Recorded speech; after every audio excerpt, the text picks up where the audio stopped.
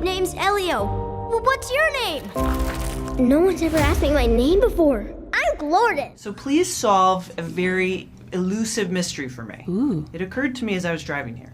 So love animation, love talking to the filmmakers specifically, because it's always like the fun and the creativity and the energy of it. I noticed that everybody really works with similar teams from project to project. Like you, so often, like if you're looking, it's like, oh gosh, everybody from Turning Red and everybody from, right? Yeah. Now, is that just because y'all meet each other and you love each other, or are you meeting each other and getting stuck?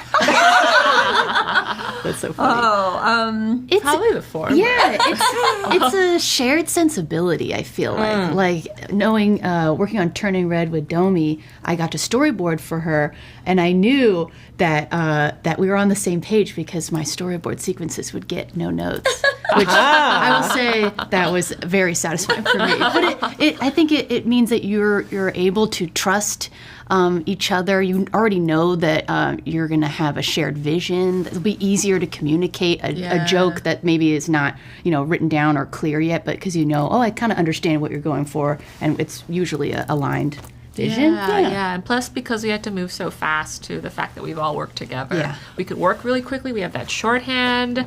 We know each other's strengths and weaknesses, what we can cover for each other, how we can split work, all that stuff. Makes sense. Yeah. Well, so in that case then, what came up on this one that was like kind of different or that was challenging or maybe a sort of a hurdle to jump? Yeah.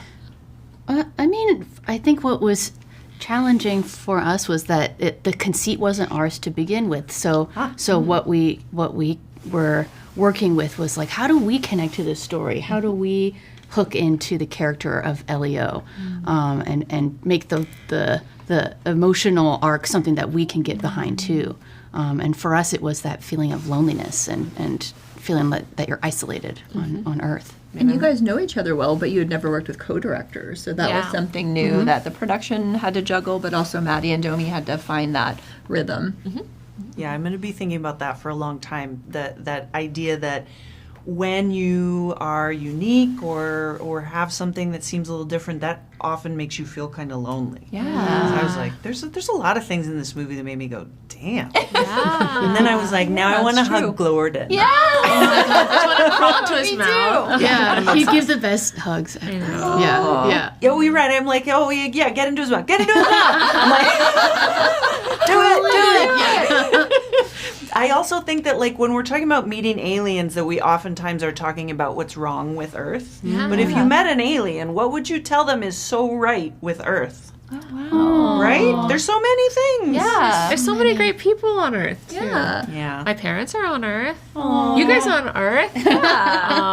It's really, easy to feel pessimistic about Earth, but I think there's so much beauty and weirdness and, like, fascinating beings that I think, we would be very fascinating specimens for aliens to study and befriend. Yeah, we're all so much more alike than different. I mean, I think Pixar movies luckily get to go all over the world and they're celebrated, right? There's so many things that we all resonate to in the same way. So Earth is a really wonderful place. It's a super emotional place. Yeah. And I mean, that's the thing that kind of, now that I've said that out loud, it's sort of the thing that sometimes aliens take out of their societies. We show them as being advanced from us. And it often equates to being kind of emotionless. Yeah. We're a mess. And We get emotional. Yeah. do. But I like that part. And we did kind of want the Communiverse to subvert that trope in sci-fi movies of aliens being like cold and robotic or something. That these aliens are warm and curious,